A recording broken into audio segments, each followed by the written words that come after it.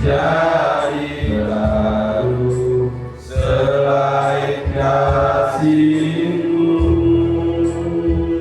Yesus.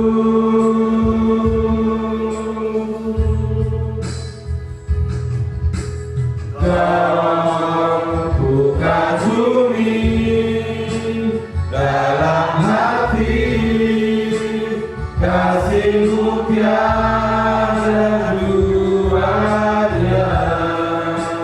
Sampai kini ku akui, kasih-Mu tiada duanya. Sekali kau bukan bumi,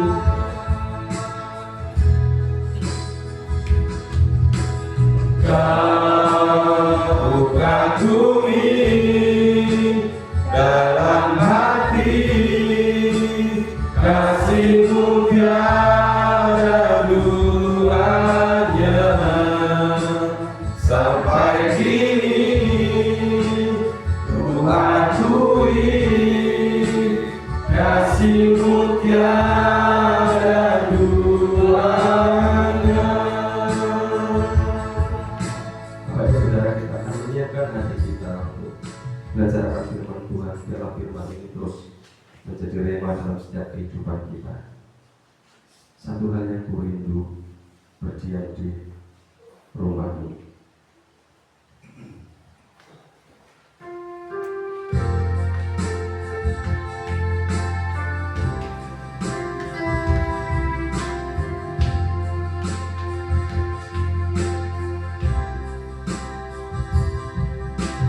Satu hal yang ku rindu, berdiam di dalam rumah-Mu. Satu hal yang ku minta, menikmati bait-Mu Tuhan.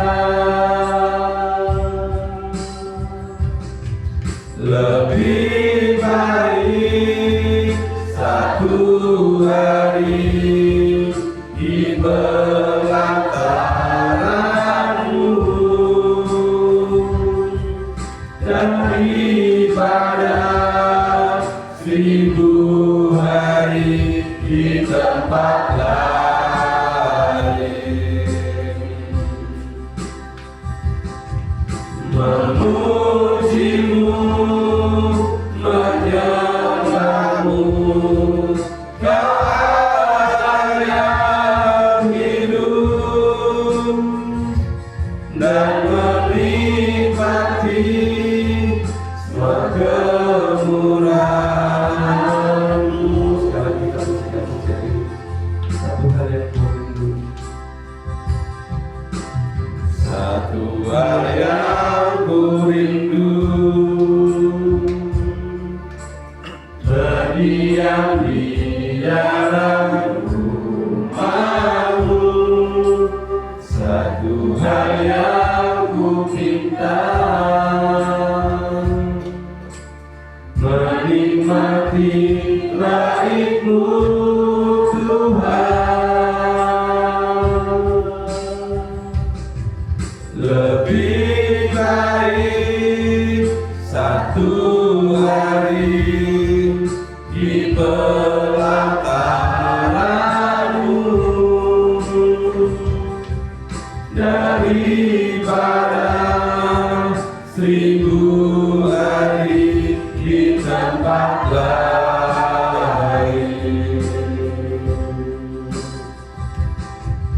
Memuji-Mu, menyembah-Mu, Kau Allah yang hidup, dan menikmati semua kemurahan-Mu.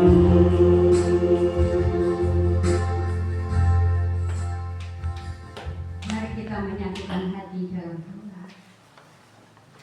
Bapa, kami bersyukur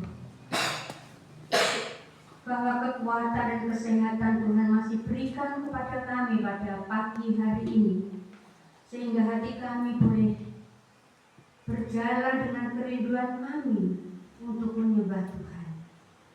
Karena itu Bapa, hadir di tengah-tengah kami, memberkati kami semua pada pagi hari ini, agar kami boleh merendahkan hati dan diri kami di hadapan Tuhan untuk menyembah-Mu sepenuhnya. Saat ini kami juga tidak hanya mau memuji-muji saja, melainkan untuk mendengarkan sabda Tuhan yang kudus. Berfirmanlah ya Bapa, melalui hamba-Mu yang hina ini, Tuhan berkenan untuk mengurapi, Tuhan berkenan menyempurnakan firman-Mu, agar boleh sampai dan memberkati jemaat-Mu. Terima kasih Tuhan, kami sambut kebenaran Tuhan seutuhnya, di dalam nama Tuhan kami, Yesus Kristus. Amin. Bapak Ibu yang saya hormati, firman Tuhan pada hari ini terdapat di dalam Injil Lukas pasal 16, Injil Lukas pasal 16 ayat 19 hingga ayat 31.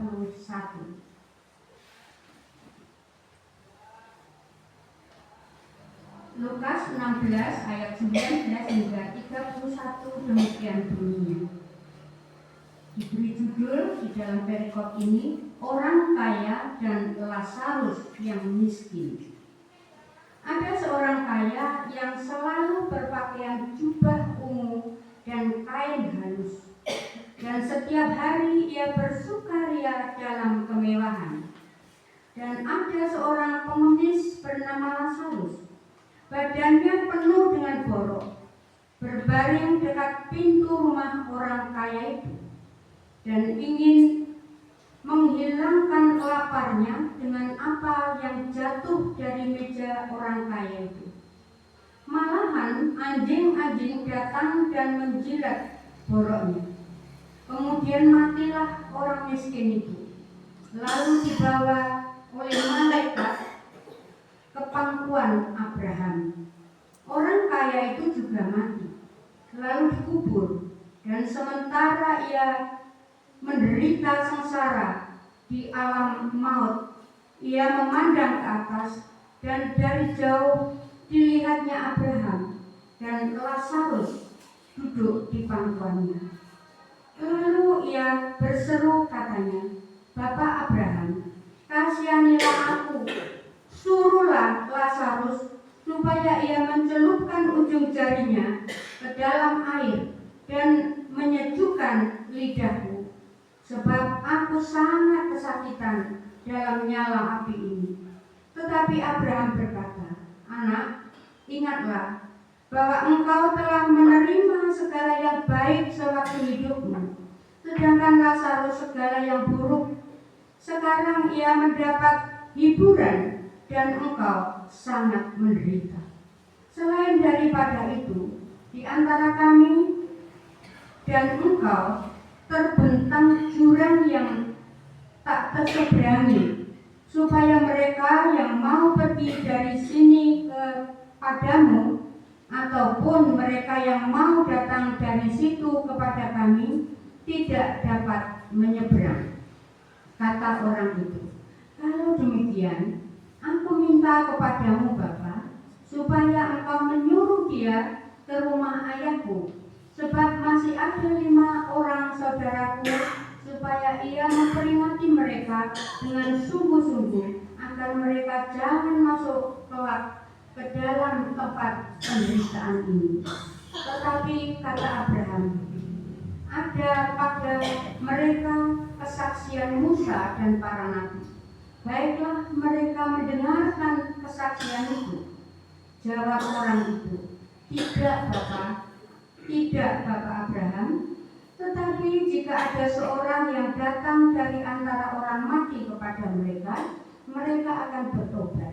Kata Abraham kepadanya, "Jika mereka tidak mendengarkan kesaksian Musa dan para nabi, mereka tidak juga akan mau diperintahkan sekalipun oleh seorang yang bangkit dari antara orang mati."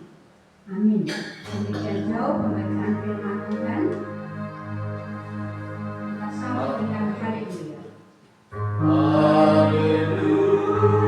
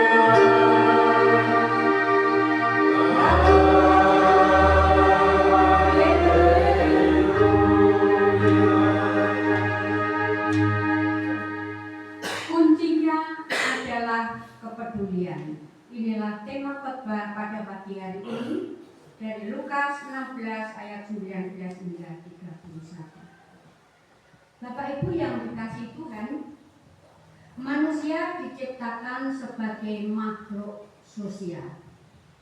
Manusia membutuhkan orang lain untuk bertahan hidup di dunia ini. Tetapi sangat ironi bahwa manusia tidak lagi punya kepekaan sosial. Masing-masing mereka lebih mementingkan dirinya sendiri, urusannya sendiri. Manusia lebih fokus kepada apa yang diharapkan dan kepada apa yang menjadi kebutuhan pribadi.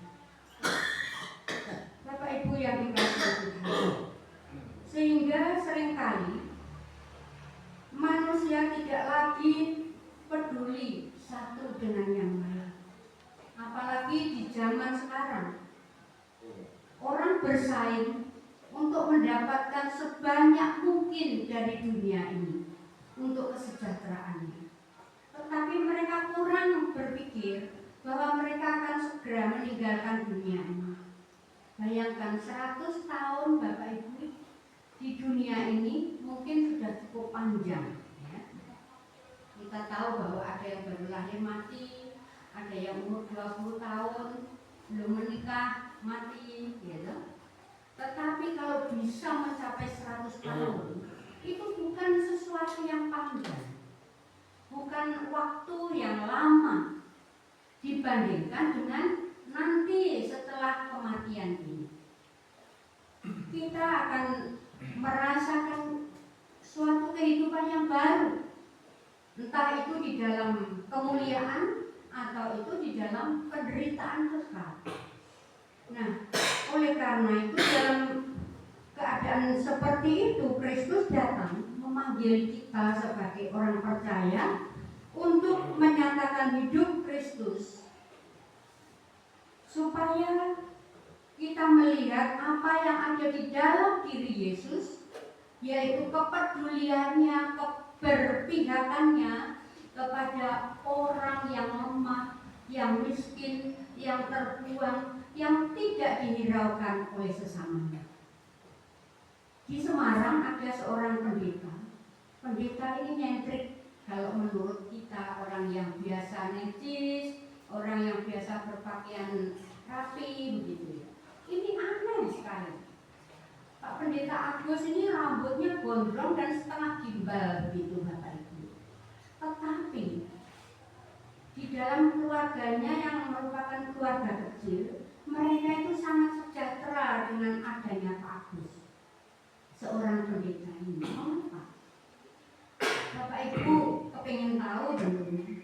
Pak Agus ini seorang pendeta yang di gerejanya tidak ada perpuluhan, tidak ada kantong koleksi, tetapi tidak pernah kekurangan.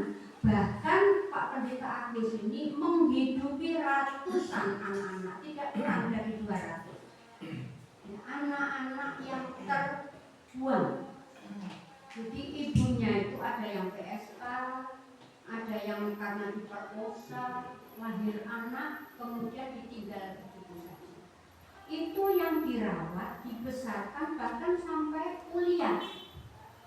Ya, kan ini sesuatu yang tidak masuk akal gitu ya. Tetapi Bapak Ibu, dia betul-betul ingin mencerminkan ini loh, hidup Yesus itu seperti ini gitu ya. Dan ternyata Tuhan itu bekerja dengan kuat kuasanya untuk bukan hanya menghidupi Pak Pendeta Agus dan keluarga kecilnya, tetapi menghidupi anak-anak yang tidak memiliki status. Anak ini lahir dalam keadaan ilegal karena orang tuanya tidak ada.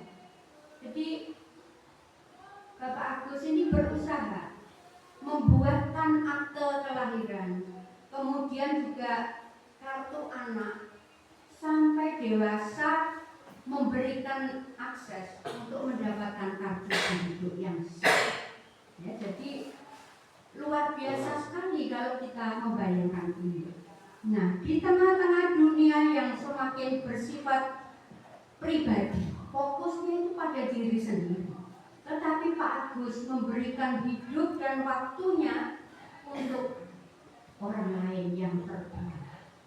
Bapak Ibu yang dikasihi Tuhan, Tuhan Yesus hadir dengan narasi perumpamaan tentang si kaya dan si miskin. Si miskin itu diberi nama Lazarus, orang yang rendah hati dan orang yang hidup benar di hadapan Tuhan. Tetapi si kaya hidupnya berlimpah-limpah, dipuji oleh banyak orang. Dikatakan di dalam ayat yang ke-19 tadi bahwa orang kaya ini selalu berpakaian jubah ungu. Jubah ungu ini melambangkan status derajat yang paling tinggi di dalam masyarakat, misalnya raja, pejabat-pejabat tinggi. Ya. Ada seorang bernama Lydia yang ketemu Rasul Paulus di Efesus, di mana orang ini bukan di Efesus, di Filipi. Orang ini menjual kain ungu. Dia berasal dari Yahudi. Berarti dia mengunjungi orang-orang kaya di kota Filipi.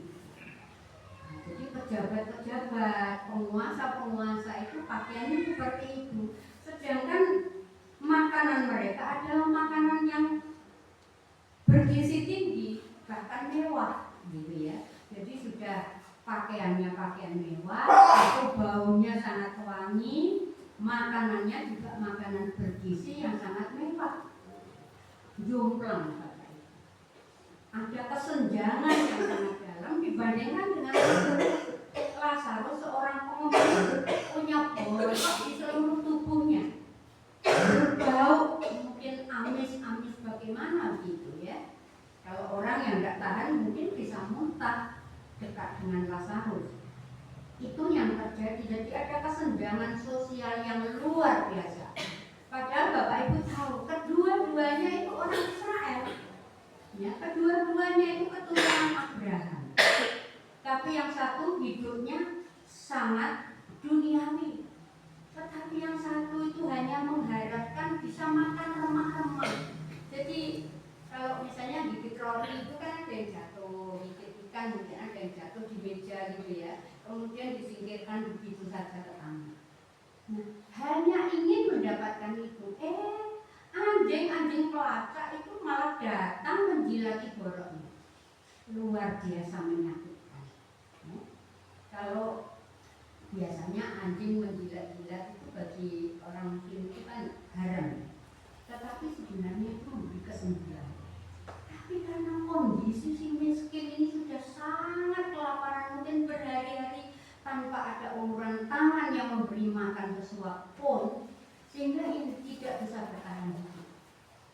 Nah, Bapak Ibu, kira-kira si kaya itu bisa tidak berbagi sedikit untuk si miskin? Sangat bisa kalau mau. Tetapi hatinya ini tidak ada kepedulian. Nah, urusannya sendiri. Saya punya urusan ini, hidup di luar. Bapak Ibu, di negara kita pada bulan lalu terjadi demo besar-besaran. Karena apa? Si miskin merasa terlalu jauh kesenjangannya dengan para pejabat, bahkan orang yang menjadi wakilnya di parlemen, di DPR. Mereka melihat itu ketika bukan gaji itu ya, tunjangan rumah itu diberikan, bukan dinaikkan, diberikan. Padahal Bapak Ibu, sebenarnya tanpa tunjangan rumah pun mereka tidak akan miskin. Karena tunjangan-tunjangan yang lain itu menurut Krisdayanti, dia kan anggota DPR, ya.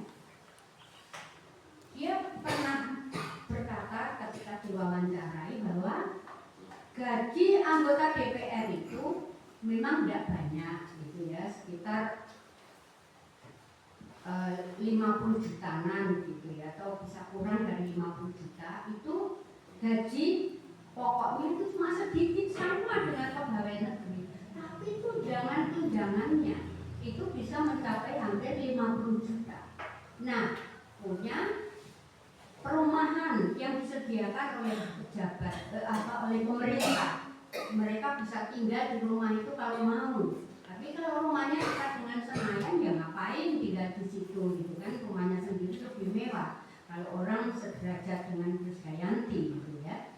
Nah, kemudian ketika tunjangan rumah itu diberikan karena rumah itu dianggap tidak layak oleh anggota DPR ini untuk ditempati akhirnya, dan perbaikan rumah itu proyek ya. Jadi mendatangkan dana yang sangat besar yang harus dikucurkan oleh pemerintah untuk perbaikan rumah. Bayangkan Bapak Ibu, lalu diputuskan dalam rapat DPR itu tidak usah ditempati lah, rumah itu dibiarkan begitu saja. Dan itu ada 2 tempat, luasnya itu tidak tahu berapa hektar. Nah, sekarang anggota DPR tidak menempati rumah dinas, diberikanlah kompensasi 50 juta rupiah. Jadi kalau gaji dengan tunjangan itu dihitung 104 juta rupiah. Sedangkan ojol di Jakarta penghasilannya satu hari itu tidak mencapai 50.000. Kalau bisa lebih dari 50.000 itu anugerah, mujizat kata mereka. Kadang-kadang 38.000. Di sini masyarakat yang kerja harian jadi buruh serabutan, gajinya kadang-kadang tidak cukup untuk makan dengan keluarga. Bayangkan, kesenjangan yang begitu jauh itu menimbulkan sakit hati, yang menimbulkan pemberontakan luar biasa. Tapi tentunya ada yang mengurangi. Mereka maunya itu demo baik-baik, menyadarkan anggota parlemen, anggota perwakilan rakyat itu supaya mereka sadar untuk jangan mencolok mata. Lihat nih loh, masyarakat ini gaji untuk makan sehari kadang-kadang tidak cukup dengan keluarganya. Tempat tinggal kadang-kadang masih ada yang nempel-nempel di rumah orang gitu. Nempel itu artinya di luar situ minta izin untuk mendirikan gubuk kecil gitu. Ada gereja juga yang masih ada di bawah kolong jembatan loh. Hal-hal seperti itu tuh untuk apa? Mikir mereka. Nah, akhirnya ketika ada kesempatan untuk memberontak dan ada orang yang ngomporin, ya sudah. Mereka tidak hanya biasa menggugat, tetapi mereka bakar-bakaran di mana-mana. Tentu ada yang menyulut hal itu. Dan terjadi tidak di Jakarta saja loh, itu Jepara kena. Ya, di mana Makassar itu pembakaran. Di Surabaya juga gitu, gedung-gedung pemerintah yang dibangun dengan uang rakyat juga dibakar. Ini tidak masuk akal. Nah, Alkitab jauh-jauh hari sudah menulis bahwa kesenjangan sosial itu tidak boleh terjadi. Kitab Amsal pasal 3 ayat 27 dan 28 juga berbicara. Janganlah kamu menahan berkat yang ada padamu untuk orang yang membutuhkan. Janganlah kamu katakan pulanglah dulu, besok kamu kesini, aku akan memberi. Ini kan mempermainkan orang miskin, ya. Jadi tidak ikhlas itu loh. Orang miskin dipersulit, sudah datang dengan kelaparan, bukannya diberi makan, tidak punya baju, bukannya diberi baju walaupun bekas, tapi suruh pulang, besok suruh datang lagi. Ini kan mempersulit. Di mana rumahnya? Tidak diketahui juga, ya. Jadi Tuhan Yesus tuh ngenes gitu loh. Makanya dia memberi perumpamaan ini. Ini sesama dulu. Kamu tuh sama-sama orang Israel gitu ya. Sama-sama orang yang lahir dari keturunan Abraham. Kenapa kok bisa sampai seperti ini? Nah, sekarang kita melihat Bapak Ibu, mengapa bisa seperti itu? Tuhan ingin mengajar kepada kita orang-orang yang percaya bahwa kita itu harus punya kepedulian. Kita harus berpikir bahwa berkat yang Tuhan berikan kepada kita, rezeki itu kan tidak sama ya. Ada yang rezekinya itu mengalir terus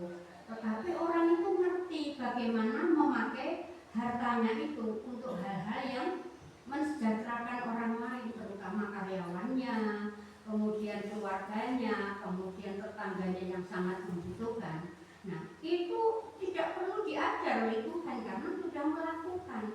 Tapi di sini orang ini tidak menyadari bahwa dari berkat yang melimpah itu ada tanggung jawab yang harus diperbuat bagi orang yang miskin, karena itu sesamanya. Supaya apa?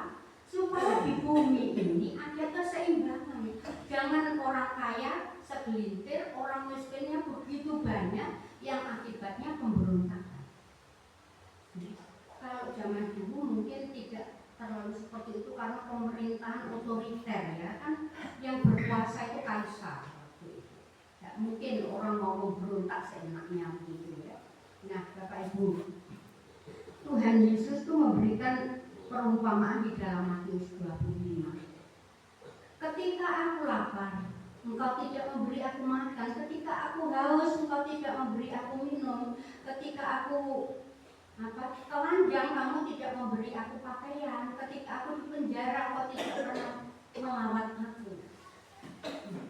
Kapan Tuhan aku melihat engkau lapar dan aku tidak memberi makan?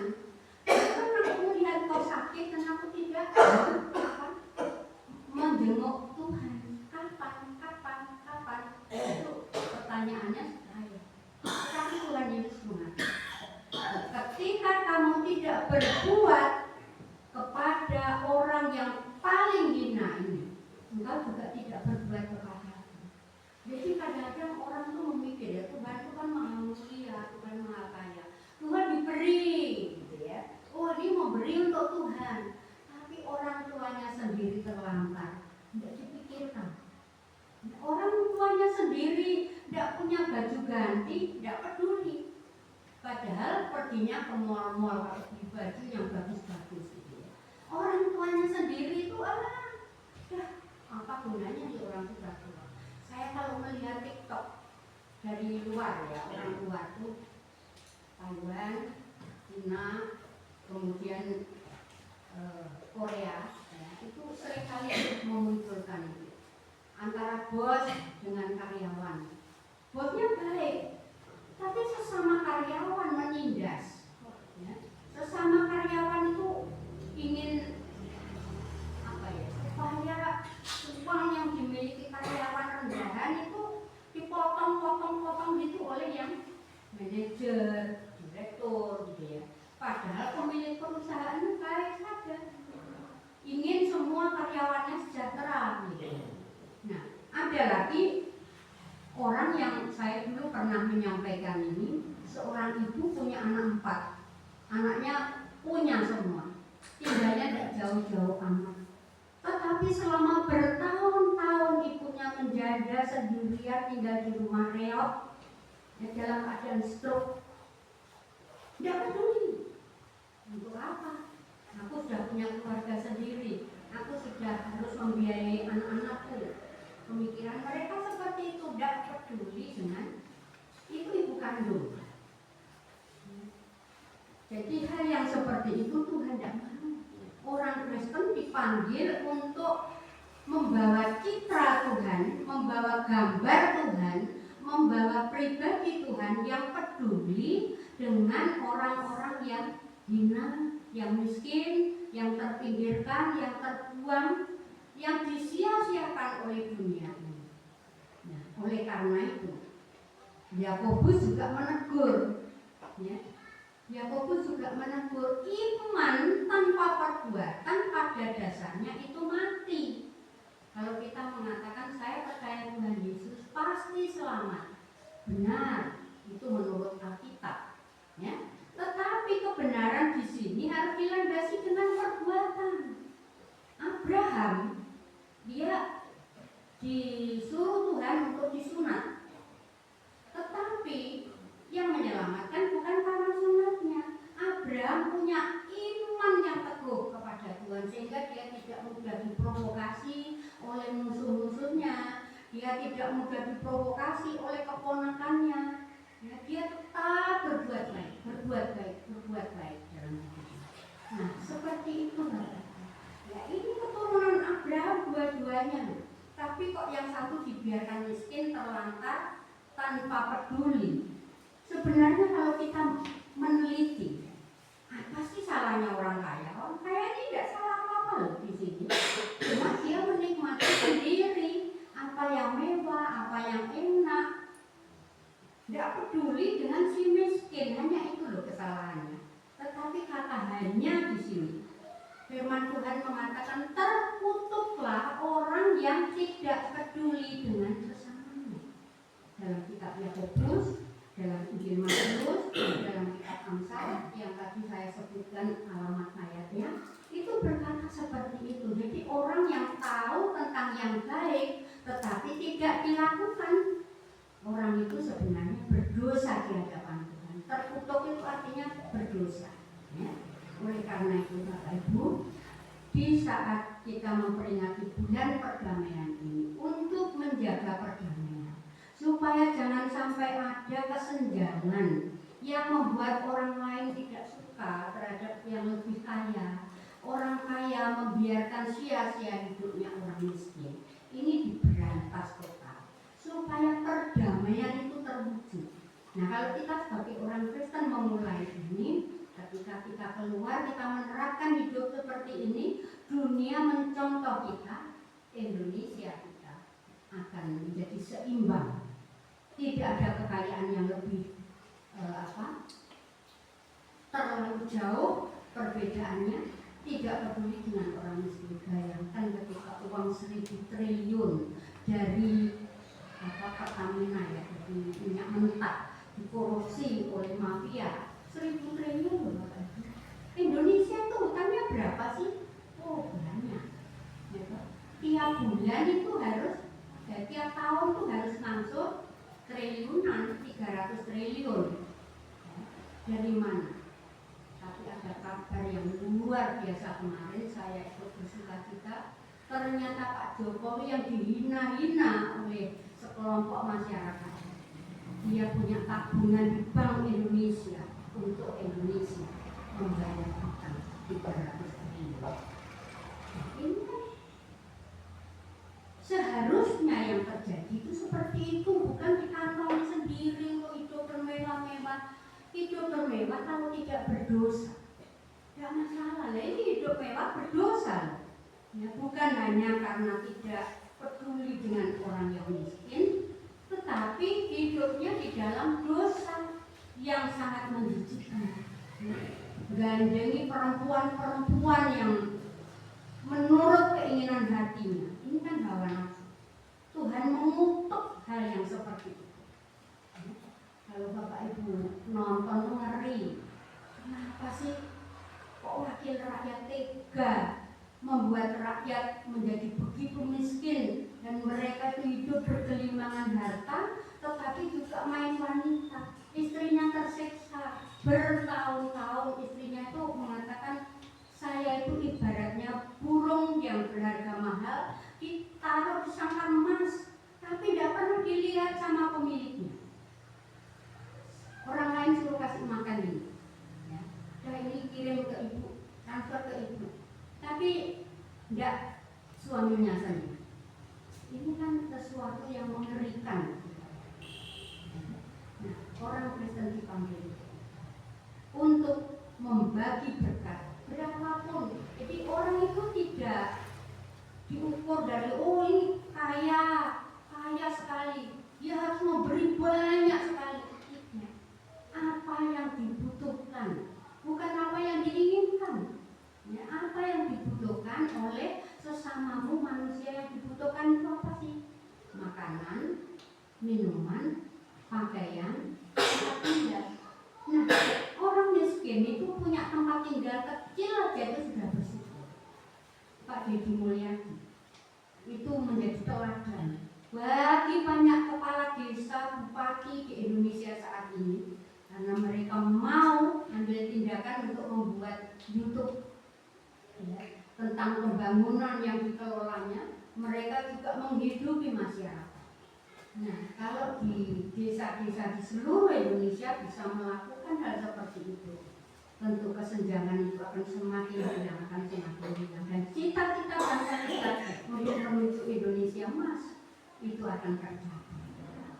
Amin. Tuhan memberkati. Mari kita berdoa. Kami mengucap syukur untuk firman Tuhan. Berkenan kiranya Tuhan menyempurnakan berita firman Tuhan ini, meteraikan di dalam hati kami masing-masing, supaya kami boleh merenung, kami boleh mengimani, dan kami boleh melakukan firman-Mu ini dengan bersandar penuh kepada Tuhan. Bapa, kami juga mau berdoa untuk persembahan yang akan dikumpulkan oleh jemaat-Mu. Berkenan kiranya Tuhan menguduskan setiap persembahan.